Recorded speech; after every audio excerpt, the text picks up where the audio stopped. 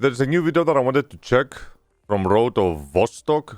Apparently it's a new game, first-person shooter, like a stalker vibe of a game. That is a very slow, tactical, like Tarkov in a way. I'm not exactly sure. I think this will be one solid, really good game when it comes out. We got the developer over here showcasing or introducing for the first time the game, showing us in detail some of the mechanics that the game will have. Me, as a person who over-analyzes everything, and I used to make the reviews, I have a great understanding of game development. I try to do my own game, so I got a rough idea of how the mechanics, some of things that many others wouldn't know, I will know. I know a little bit about coding, all of that shit. So this is going to be very exciting. This introduction to Road of Vostok.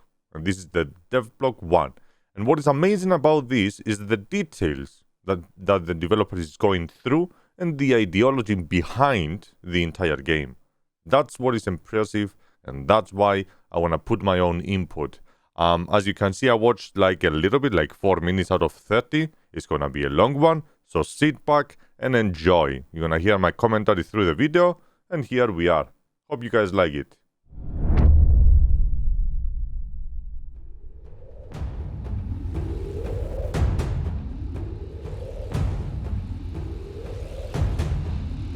This is some of the level designing steps.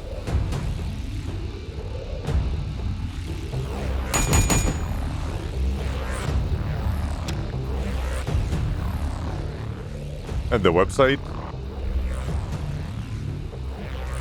This is AI demonstration. He's gonna go through a lot of things. Why am I 480? This is the zones. How they correlate between each other. I don't know much about the game itself, like what is it based on. I just saw another YouTuber talking about it, Big Fry. To Road to Vostok Devlog episode 1. My name is Antti. I'm a Finnish game developer and a former army officer who decided to resign in order to make video games. This devlog is a behind-the-scenes documentary series about the survival game that I've been working on called Road to Vostok. Road to Vostok is a hardcore single-player survival game set in a post-apocalyptic border zone between Finland and Russia.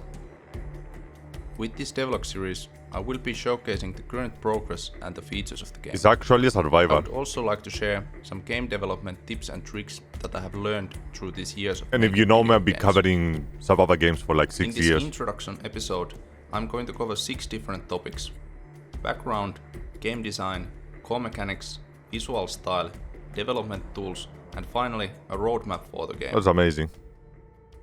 Only if developers were like this. About 10 years ago, I found this game called Arma 2 DayZ mod. Oh, yeah. I was instantly hooked to post-apocalyptic survival game genre and decided that I want to learn how to make video games. I downloaded Unity game engine and tried game development for the first time. Unity. I had absolutely zero knowledge and quickly found out that making video games is actually really hard and way more complicated than I originally thought. Yep. So I took a little detour from this dream of becoming a game developer. When I started, it was when I started and I was trying to learn to make my own. Boy, oh boy, this shit is hard. Even the basics, like the coding and everything. Even if you use like blueprints for making the development, still you gotta learn the blueprints. And oh boy, and it's not just that; it's the textures. It's the I learned Unreal Engine, so Unity is somewhat the same. They have their own Visual Studio over there where they can edit with nodes, so you don't actually need to know actual coding. You just connect nodes together. But yeah, it's rough. I joined the military through Finland's conscript service. I eventually became a platoon leader and even applied to Finnish National Defense University. I graduated from there and ended up serving as an army lieutenant. After being in the military for almost 5 years, I made a risky move and decided to resign in order to pursue a career in the game industry. That's absolutely crazy. Was my true passion. I did 2 years of military. I started by learning the basic principles of game design and then taught myself a wide range of game development skills like 3D modeling, shader development, C# programming, and pretty much everything there is to learn about this Unity game engine. So C# is the coding language, Unity is the platform. This I'm not sure, and the Blender is the for 3D modeling. After that, I did tons of small solo game projects, became a freelancer by selling 3D game assets, and also started working as a visual game design teacher in a private school. Damn, he was doing I have been 3D teaching assets. game development for nearly 4 years now. I have taught over 100 game dev students and mentored over 200 student game projects. But even though there are a lot of positives of being a teacher, my true goal was still to become a full-time solo game developer. So I took the next logical step and started working on this ambitious survival game idea in order to achieve that goal. I had basically all the skills needed in order to make this large-scale survival game. But first I wanted to make sure that I had a solid game idea, so I decided to go through this 1-year pre-production phase.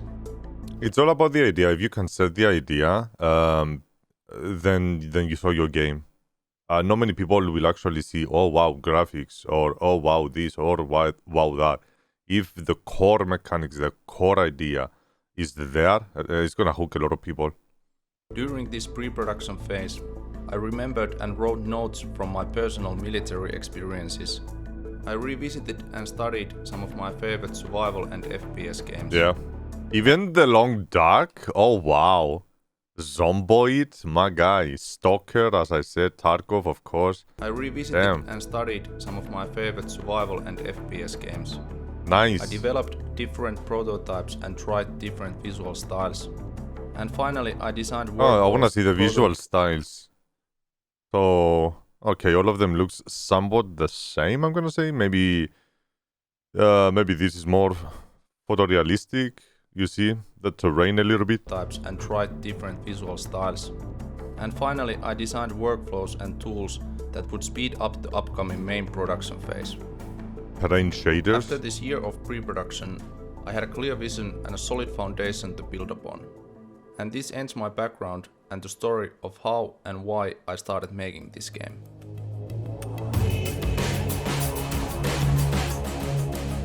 Road to Vostok is a hardcore survival game, which main idea is based on this dangerous and mysterious zone called Vostok. This idea of a dangerous zone is commonly used in video games, and I will try to explain some of my game design elements with 3 zone-related examples. Alright, let's go. The first one is the Stalker franchise. In Stalker, you explore this alternative Chernobyl exclusion zone, where the zone is filled with dangers like mutants, anomalies and hostile factions. Typically, the game's primary goal is to reach to the center of the zone, but that's not required in order to have fun in the game. The real fun, in my opinion, is the zone itself.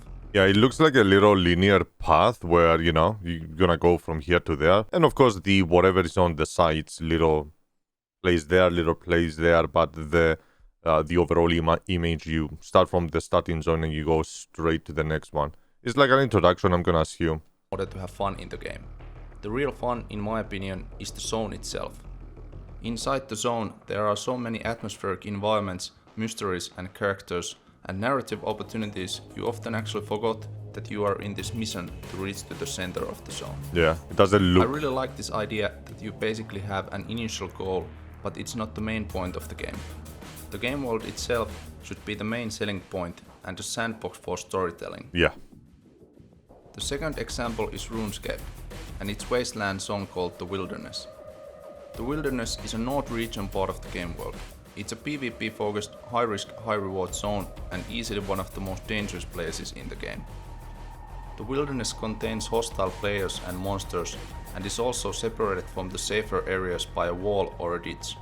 The key element of this zone is the risk, because if you die in the Wilderness, whether it's from a player or a monster, you will lose all or most of your items and stuff you were carrying. Hardcore, man. In this example, compared to the Stalker one, the most compelling design element for me is the high risk, high reward ideology.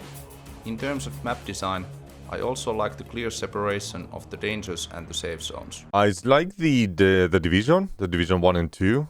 They also did something like that, like the black zones or even Albion Online, where you go to these dark zone, black zone, whatever you want to call it, where it's you know, it's a high risk and high reward.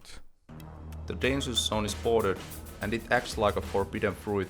It's compelling, and if you enter the zone, you know the penalty you may suffer if you die. The third example is from DayZ. In DayZ, there is this area known as NWAF, which stands for Northwest Airfield.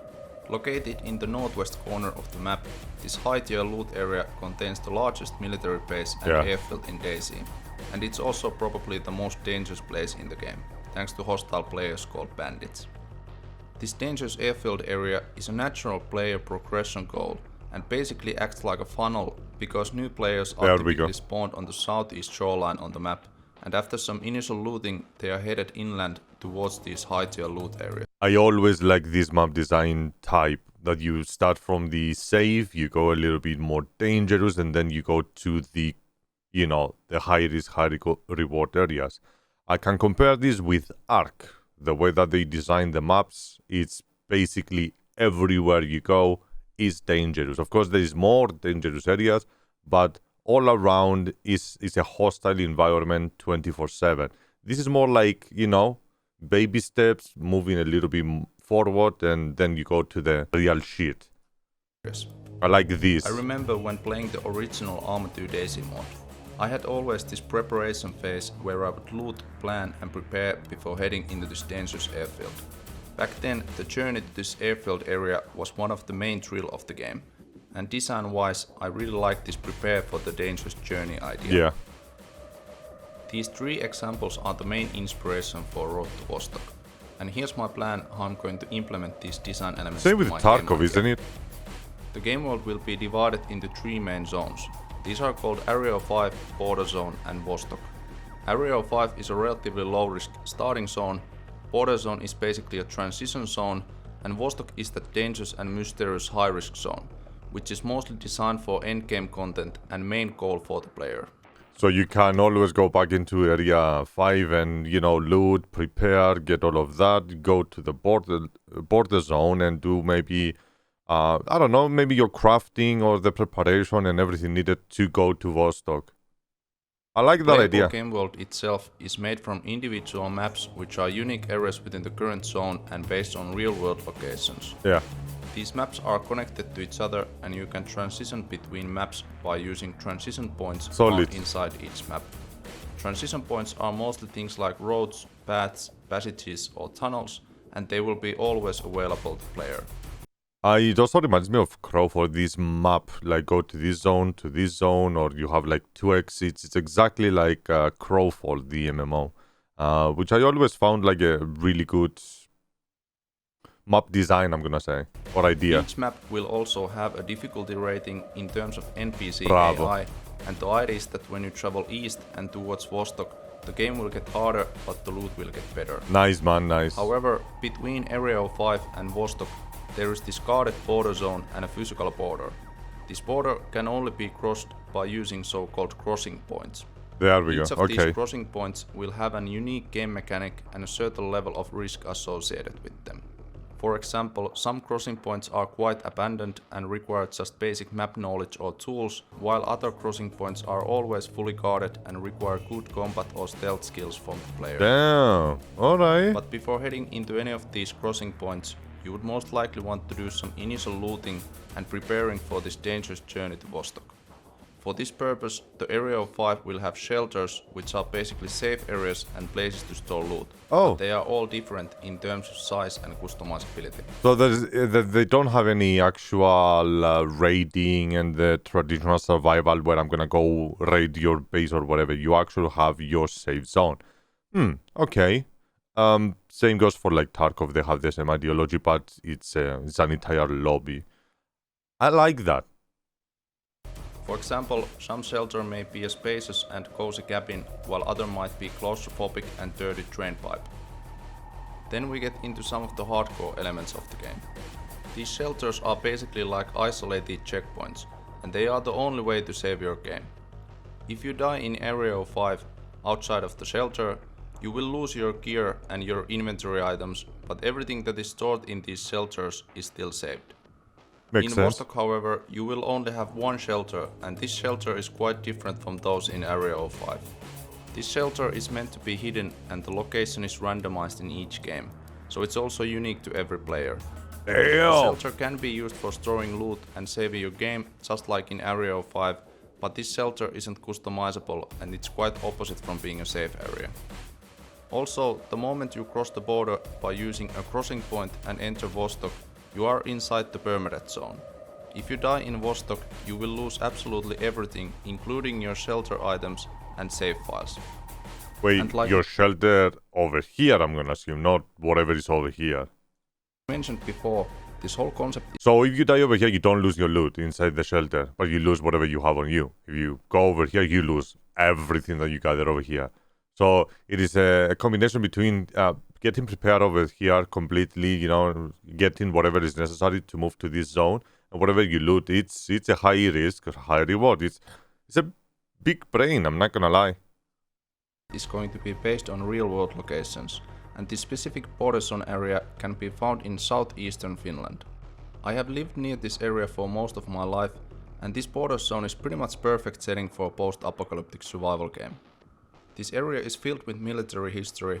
There is bunkers, anti-tank obstacles, trenches and fortifications pretty much all over the place.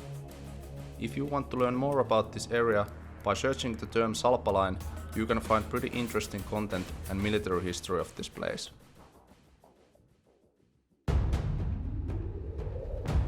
Alright, so we got the core mechanics are systems in the game, which are a key part of the main game loop.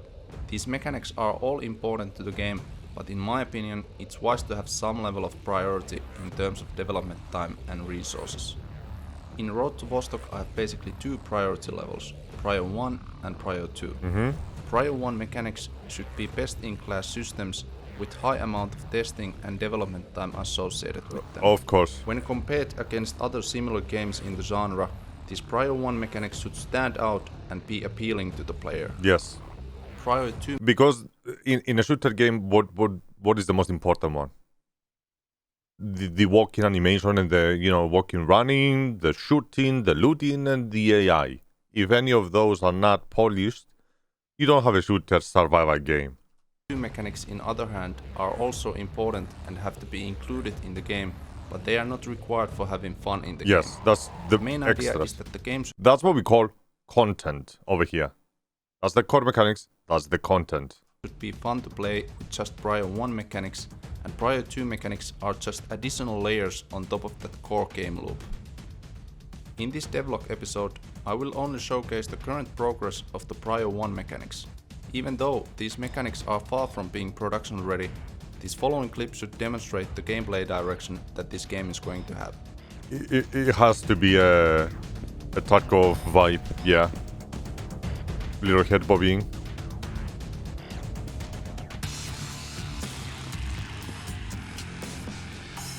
It has the little head bobbing, I like it. And they have, when he jumps, he has like a little animation where he stands like physics. That's actually pretty good.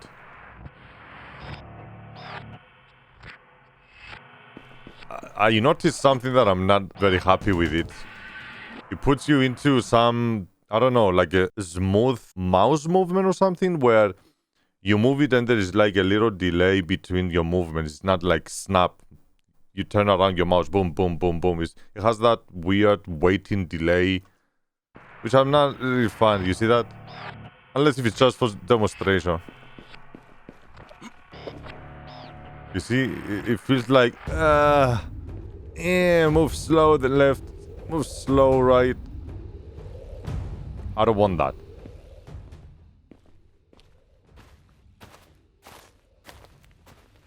This is the sound and the walking, yeah, solid. Definitely Tarkov vibes.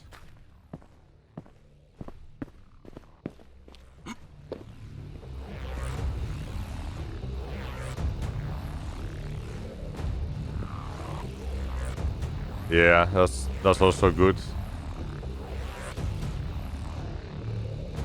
Imagine all of this being designed and finished with, you know, textures and everything. Oh, he's gonna show us gun mechanics? What is this inventory? Vital, stress, fatigue. Oh my goodness, please don't take that out of the... Whatever was the... I don't remember the other survivor that he had like a list of nutritions and energies and stuff. Please don't. I'm not a fan. But from what I see... Hypothermia, shock, insomnia, Jesus Christ, the stats, mental healing, alright. Hopefully it doesn't get too annoying. I forgot the other game. Yeah. That looks good.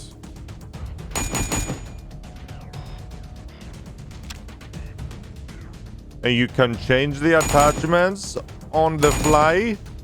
Alright, that's good. That's nice.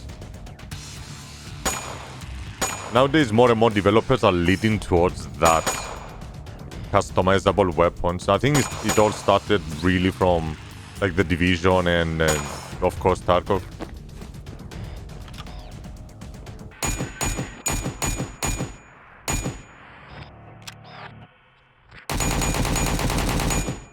Of course, this is the first demonstration of the system. For sure, no polish. I like this. I like this. Honestly, I'm not a fan of this type of scoping. I don't know.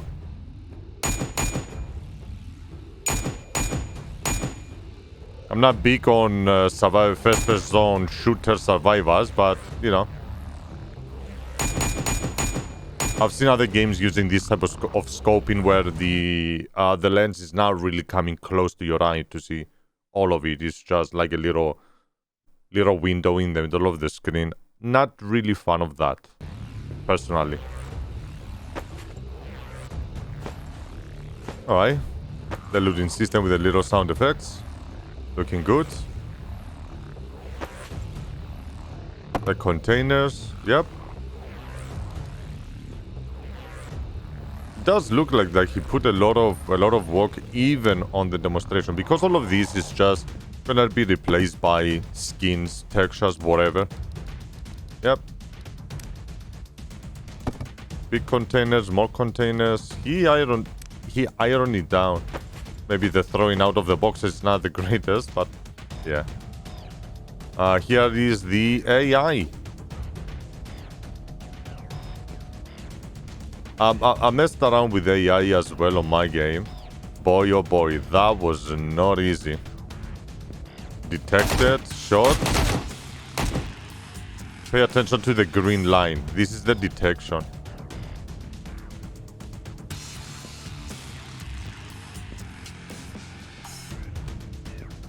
Yeah, the AI beeline to the enemy.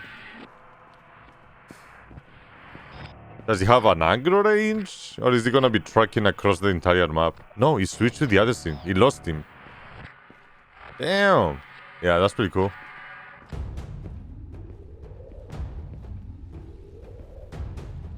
The AI enters a search mode where he is just, you know, retrieving, scanning around. Yeah, that's pretty good.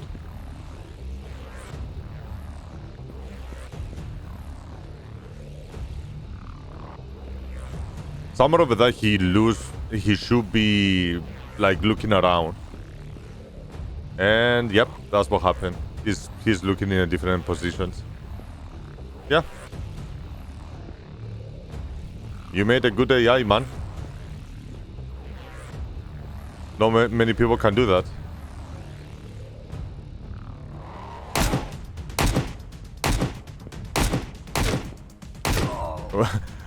When the enemy hits you, he was knocking his These weapon. These examples were still pretty basic mechanics. Much more will be added to them, but the gameplay feeling is already enjoyable, which is definitely a good sign. Well done. I will be showcasing more of these features and prior to mechanics as well in upcoming Devlog episodes. Well done. I approve.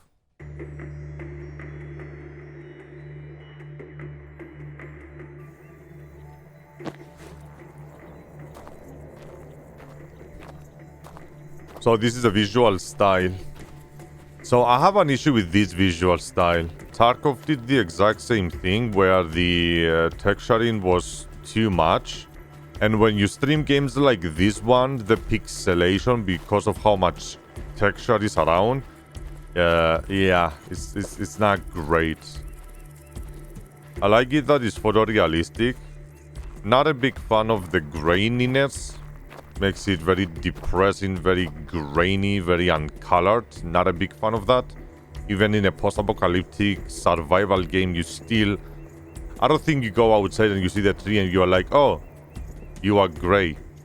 No, the colors still stay the same. Although, you know, just to get the feeling of the post-apocalyptic, you grain it out. I get it. Coloring needs to be a thing. Like, you gotta have them colored. As for the texture, it's the exact same as Tarkov, which again I'm not a big fan of due to the pixelation, the compression that is happening when you stream these type of games, and the fact that they are not using a TAA anti-aliasing, like a really good anti-aliasing for those who do use TAA, which I'm one of them. The majority of the games they don't include that one. They use SMAO or they use FXAA or FXA whatever, right? But anti-aliasings, that is just not great. So sure, go with this, but put a good anti-aliasing or give the option to the players. Where atmosphere and immersion has an extremely high priority in terms of game. It does give you the feeling, don't get me wrong, it does give you the feeling of a post-apocalyptic. You know, I feel like the tree should be green. That's what I feel like. Art and visual style. Unfortunately, making these immersive game worlds with realistic visual style is, my opinion, one of the most time-consuming aspects of game development. It is. There are so many time sinks related to game art that in order to manage a large-scale solo game project like this in a reasonable time frame, there has to be clearly defined goals, rules and tools for the game art. Yeah. My goal is to create believable and atmospheric post-apocalyptic environments that are based in real-world locations. Every location should feel authentic and there should be this abandoned and post-apocalyptic feeling. The game development is not something that is recommended to be done by one person. Obviously, for what he has done so far as a solo is incredible. That doesn't mean he should continue solo, right? Depends how big or how small the game wants to be. And the way that is being approached, it seems like it's going to be like a big game. So is he going to stay as a one developer? I don't think so. Maybe at the beginning, sure. For initial fundings. My rules are that every location must be visited and photographed by myself in order to achieve high visual quality and large collection of reference images, which speeds up the other aspects of development like modeling, texturing and level design. I won't be trying to achieve photorealism or physically based rendering, and instead of going fully open world, I'm choosing to build location-based individual maps. Yeah, if he was making this in Unreal Engine, personally, I believe he would be a little bit more flexible with the things that he could do because of the Unreal Engine 5 new technology with the light and everything. He can really make everything really pop, really realistic, with not much of cost of frames or performance. Unity lacks on that. So he has to take from somewhere else. So he chose to be a more like zone, small zone. So it loads the different levels individually instead of all of them together to make a huge map. Will be heavily focused on procedural generation in terms of asset placement, and I will use procedural animations as well in order to avoid manual keyframe animations. I will also be using modular and shader-based approaches to other time-consuming aspects of game art whenever it's possible. Now let's talk about the visual style and workflows that are specifically tailored for these goals, rules and tools. Sure. Here is 2 examples. This first example is a workflow demonstration about creating these atmospheric and immersive environments that are based in real-world locations.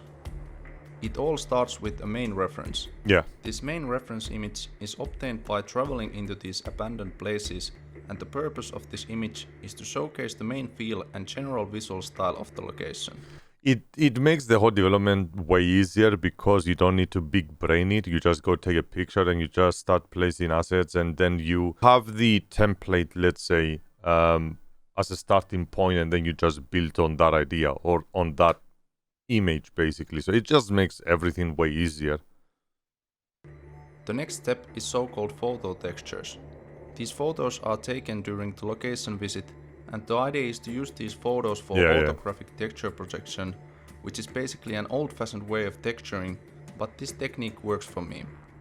All of these photos are taken just with a smartphone, no fancy equipment is needed. Then, when I return from visiting that location, I open up Unity and start building the location in Game Engine. First, I generate the base terrain through height-map-based approach and apply some... So, for those who don't know about game development and how the texturing works. So he uses the photo. He takes a photo, he grabs the photo, he cuts the texture and he pastes it over there, right? He uses that as a base. Usually, when people make textures, right? First, they make the material, the base of the texture. They make like 10 materials, combine it together, and place it manually to give that aesthetic or that visual. In this case, it's the easy method to go there, take the picture, and have that as your base template. Usually, that is bad. It's not terrible. That is just not as good as someone that is going to actually make the materials individually and place them over there. He's more flexible. This way, he's not flexible. And I don't know if it's going to actually affect the visuals. Some cloudy skybox and linear fog to give some depth to the scene. Then I will use my custom terrain shader, which automatically blends different ground textures by using noise patterns, height or angle-based settings or vertex colors. After that, I make a blockout version of the location. A blockout is basically just a level design phase where you use primitive models in order to get the dimensions right. Then I will use procedural generation for most of the nature assets. These assets are placed automatically and the generation system is fully connected to this custom terrain shader. I might place some assets manually. Okay, so when he does when he makes the asset, he can select, so this tree will go on this terrain. So whenever I'm using this terrain, this texture on a ground, it has a chance that it's gonna do this specific tree, for example. If needed, but still most of the job is done by procedural generation. That is a good method to speed up the process. I did that with grass on the terrain, and it works really good. It's just sliders from that point on. How much density do you want on the trees or the grass? Good. That's Small good. Details like sticks, rocks, and foliage. And after that, I switch the blockout primitives to game-ready assets by using those photo textures mentioned earlier. Alright. Then I apply a simple directional light and fine-tune some terrain shader properties. If you really go close to this, because it's a photo texture, you're gonna see like some sort of pixelation and so on. It removes some quality from the image. I'm just giving you an example. But in a terrain where you don't really care about the details, it's somewhat alright. He's a solo developer. He has to use some sort of a shortcut to do the exact same thing, but in a different method. If it was a blown up studio, like with 50 people, they will be doing their own custom textures. It will look the same from far, but when you do go close, you're gonna see all of the details on the textures and everything. It works. In this case, it works, and I'm fine with that. To match the main reference image. The last step is post-processing and color grading. This phase can sometimes be quite time-consuming, but I developed myself a predefined color lookup table, also known as LUT, so this phase is mostly automated for me. And here's the final comparison between the original real-world main reference.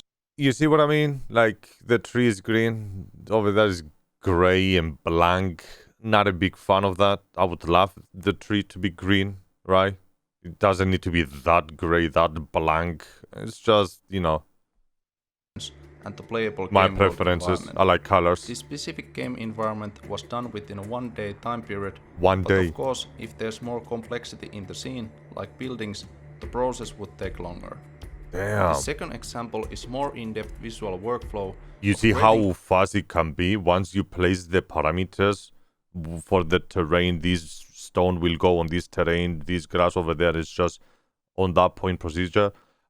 Once you make the mechanic, it just makes everything else way easier. He can just go over there and replace the grass with another grass, and it automatically will happen. Optimized individual models and textures while trying to maintain a high visual quality and in-game resolution. The process starts similar way like the previous example. There's the main reference and photo textures that are taken just with a smartphone. Then I make the 3D model in Blender, but I don't never use high poly modeling or baking, just simple primitive modeling, and the result should be a clean low poly mesh. Yeah. After the modeling, I unwrap the mesh with a grid-based approach, and I use a method called UV overlapping. I place similar UV islands on top of each other and use some clever mirror and rotation tricks to avoid repeating patterns in the texture. Then I apply those photo textures to the UV layout, and I use grid-based snapping tools for fast and precise method for placing the photos. The final step is just delation to avoid mipmap related color bleed. This is how the texture looks when you open up the file. And here's the final result. Yeah. It works. In this case, it just works. It works pretty well. Most of the visual assets that I create is done with a similar workflow. Simple modeling, simple texturing, and nothing fancy in order to avoid those additional development steps. Yeah. As I said earlier, that's exactly what he's explaining. That he skips this. He uses a different method that is just gonna make the solo development way easier and way faster. Otherwise, if you want to actually make the textures and the materials one by himself, oh boy. I tried to do that. Oh boy, holy. Most modern it's games the worst. nowadays It's the worst. try to achieve realistic visual style through this rendering technique called PBR. PBR stands for physically based rendering, which basically tries to simulate realistic lighting by giving multiple texture maps to the lit shader. The normal, yep. While these PBR maps are essential for modern day graphics, they are not the holy grail of making realistic games. If your game doesn't need them, don't use them. I'm going with the old-fashioned way of texturing by using just a base color map, which is a compromise. Only? Without normals or roughness? That makes it a little bit blank. I'm willing to lose some visual lighting quality if this sacrifice gives me development speed and performance budget for other important things. Okay, at least normals, no? These other important things for me are things like in-game texture resolution and game performance. You can always go back and, create the normal and touch the normal and the roughness into, forget about the metallic, into the actual texture. That would give it more visual popping. And this is directly linked to this decision to go with the non-PBR workflow. For example, these other PBR maps aren't free in terms of rendering. They use memory space, and if they're not used, this memory space can be directed to somewhere else, like pumping up the base map resolution. I have always valued this thing called texel density. By using high resolution textures and the UV overlapping method mentioned earlier, I can achieve very high texel density, which means there's more texture pixels per game. I think this method is more taxing because you simulate the high detailed texture by adding the normal and the roughness instead of putting more pixels into the texture. You just simulate the pixels. You trick the eye by using the normals. So I don't think that's a good statement over there. Correct me if I'm wrong, of course. The single texture ideology also allows me to use optimized GPU-friendly shaders and single texture material setups, which are simple and extremely easy to configure. Of course, it adds more complexity if you do normals, roughness, and metallic, and all of these other parameters on a texture. But I think it's more taxing instead of, I don't know. It might be just me. I'm not that experienced with game development as him, so I could be easily wrong on that one. Are tools which are designed to make game development process more efficient, convenient, or just more enjoyable. These tools are mostly editor-based tools and helpers. They are not visible to the player, but are extremely important to the developer. My thought process around development tools has always been that if you design a game, you should also design stuff for yourself, not just for the player. Yeah.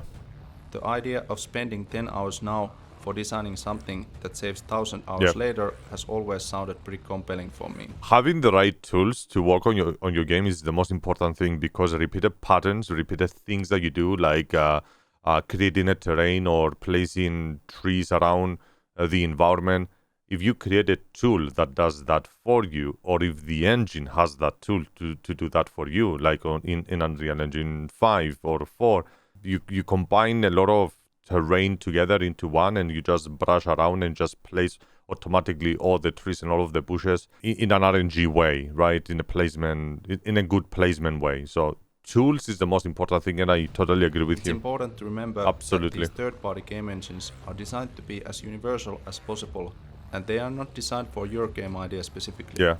Customizing a game engine and making these development tools is indeed time-consuming, but can sometimes be a deciding factor if the game is ever going to be finished or not. Absolutely.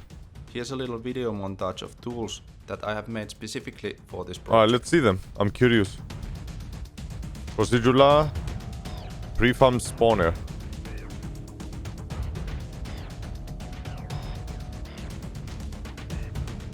This is for rendering the terrain. LOD system, custom fog renderer. Oh, he made a tool. He made a tool that is gonna be manipulating the fog, because when you do create a fog, it's kind of like that's your fog, period. He made it in a way that it goes through transitions. A custom water and reflections. Yeah, that's actually nice. Physics-based prefab dropper.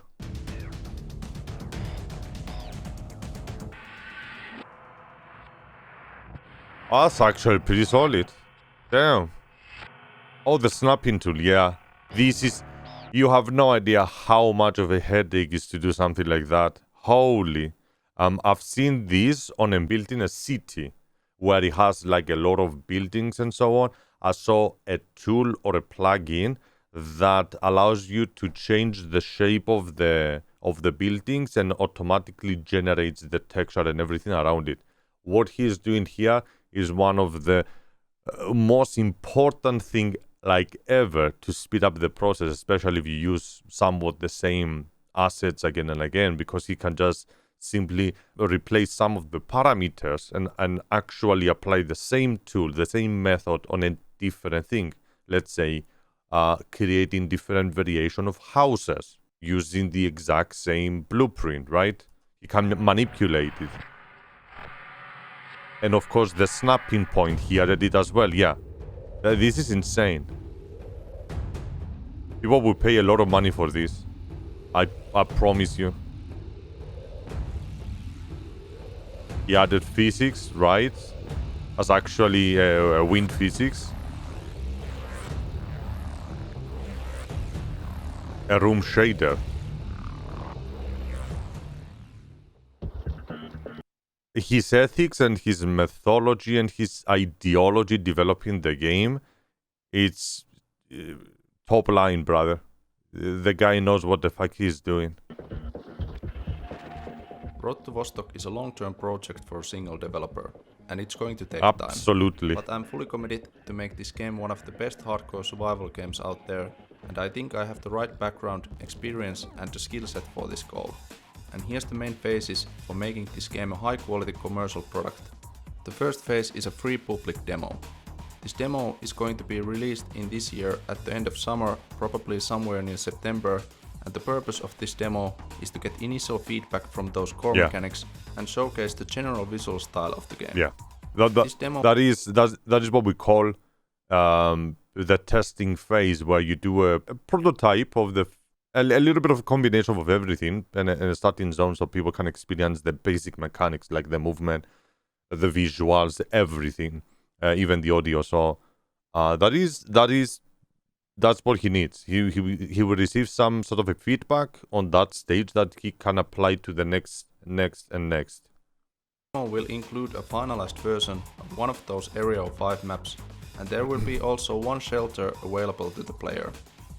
The next phase will be an updated and more feature-rich version of that first demo. Yep. This second public demo is also going to be totally free, and it's going to be released around 1 year after that first demo. This demo is going to be so-called vertical slice. It's basically a finalized part of the game content, and it should provide the insight for what it would feel like when playing the finalized version of the game. Yeah, going from this first demo is going to be more about going from the first zone, starting zones to the second zone, the feeling between that transaction over there, and of course having more playtesting the actual game loop, which for my game idea is going to be survival, loot progression, and preparing for that dangerous journey to Vostok. Yep. This second demo will include 3 finalized versions of Area 5 maps, 2 Area 5 shelters, 2 crossing points, and one of those permanent Vostok maps. The next big milestone after those demos will be releasing the game commercially through Steam Early Access.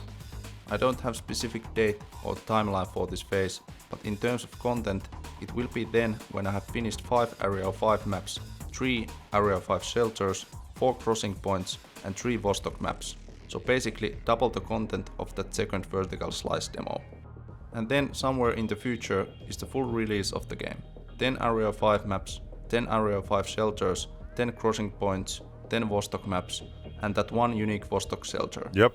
And that's the current plan of releasing this game. If you want to learn more about my plans and the game in general, I have a website available, roadtovostok.com. There's not much content yet, but it's going to be the main hub for details about the development. This is insane, man. What this man is This was doing. the introduction devlog episode for Road to Vostok. I have many other episodes coming. They will be a bit shorter and more theme focused on some aspect of the game, but the format will be quite similar. It would be awesome to hear your thoughts about this game idea, and also, because this was the first devlog episode, if there's any feedback of how I could improve the upcoming episodes, I would like to hear those as well. Thank you for watching, and see you in the next episode. This guy over here is insane, whether people like it or not. What he's doing is what every developer should do in the future. Absolutely. I'm impressed about not only the presentation, start to finish on the video, also individually every core mechanic that the game will have, and his mentality and ideology and the approach to designing and developing this game is beyond any studio with billions that they have in the bank.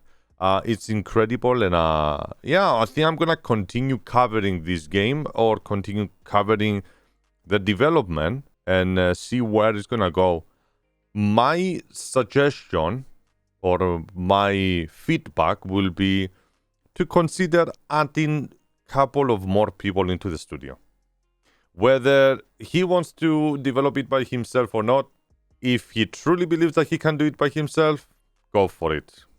But my advice and my recommendation will always work in a team where you can focus. It's not about the speed. It's double, triple, quadruple check by having other people hearing their thoughts while you're developing. Obviously, games change during the development, so any of these systems could change dramatically in the future. But we'll see. And that is the road to Vostok. Interesting.